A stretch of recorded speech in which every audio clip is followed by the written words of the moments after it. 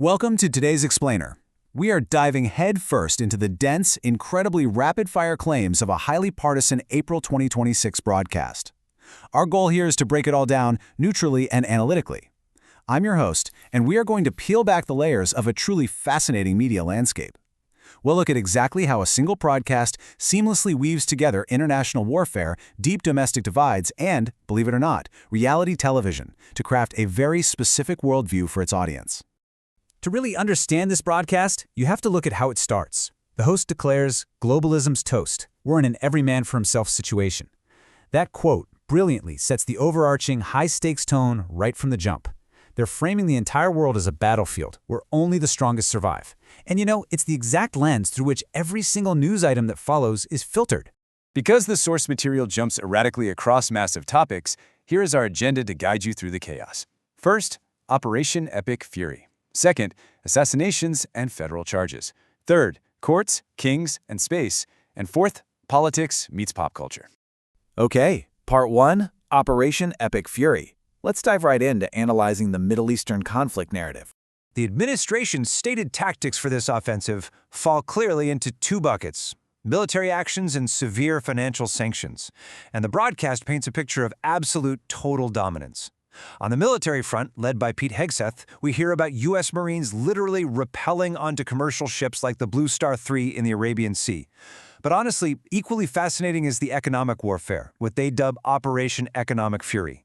Here, officials like Scott Bessent are allegedly liquidating the global retirement funds of Iranian leaders and completely dismantling their shadow banking networks. 70%. According to the broadcast, that single number represents Iran's current inflation rate. They characterize the Iranian economy as completely collapsing. The narrative here is incredibly stark. They claim Iran is running out of oil storage in 12 to 22 days, that their military is missing payroll, and that the economy is starting to look like Zimbabwe. It's a portrait of a nation hanging by a thread due to intense American pressure. So, what does this all actually mean for us? The crucial point is how the broadcast connects this aggressive foreign policy to specific domestic and global economic metrics. They celebrate 60 million barrels of Iranian crude just rocking uselessly on docks and applaud the UAE for pulling out of OPEC. But notice the domestic impact they report. U.S. Brent crude skyrocketing over $100 a barrel and gas prices hitting $4.25 ahead of Memorial Day. The broadcast fully acknowledges these high prices at the pump, but they frame them as a small, acceptable sacrifice to achieve the ultimate goal of dismantling the Iranian regime. Naturally, there's a stark contrast between the administration's portrayal of a triumphant military and the critics' warnings. The broadcast boasts of broken recruitment records and a futuristic golden fleet armed with railguns and laser turrets. But they also highlight fierce pushback from the other side of the aisle.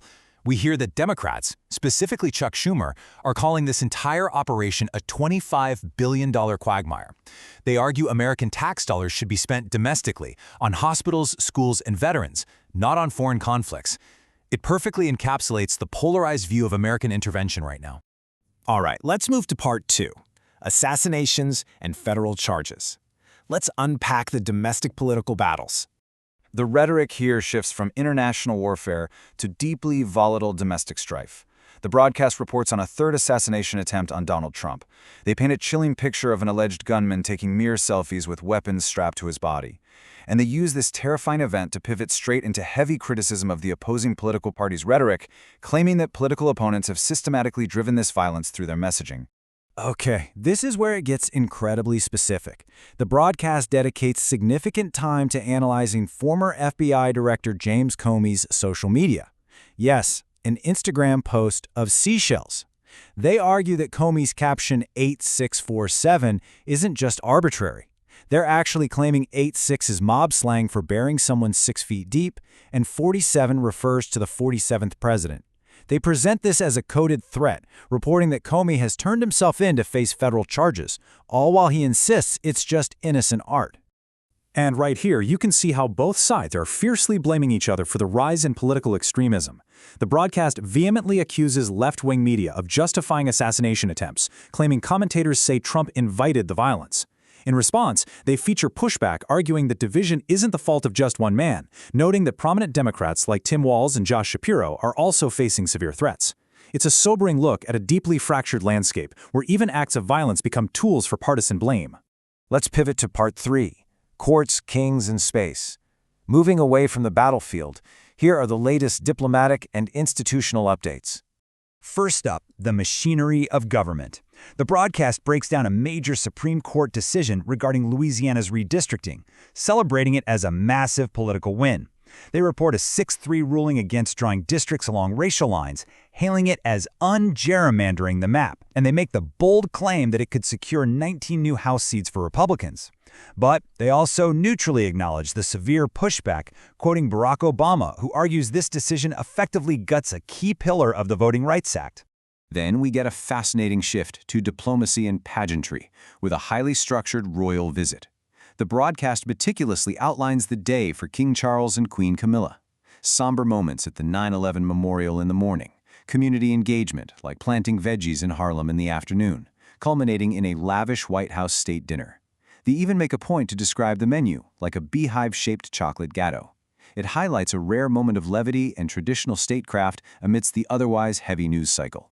Building on those institutional updates, there's a quick pivot to space exploration. They cover the Artemis II crew visiting the White House after their historic lunar flyby. But what's truly captivating is how the broadcast uses this standard photo op to tease massive disruptive shifts. Suddenly, they're discussing rumors of the administration releasing highly classified UFO files and teasing a potential relocation of NASA headquarters out of Washington, D.C., floating Florida, Alabama, or Colorado as potential new homes. Finally, Part 4. Politics meets pop culture. The unexpected shift to local and entertainment news. It's a pretty jarring tonal shift, honestly, but it shows the sheer variety of topics a single broadcast uses to keep its audience hooked. One minute, you are hearing about laser turrets and blockades in the Middle East, and the next you're deeply invested in reality TV stars and viral internet moments. Let's look at how they pull it off. They manage this by juxtaposing political missteps with celebrity politics. First, they play a clip of Representative Ilhan Omar allegedly calling World War II World War XI, using it to harshly mock the intelligence of congressional Democrats.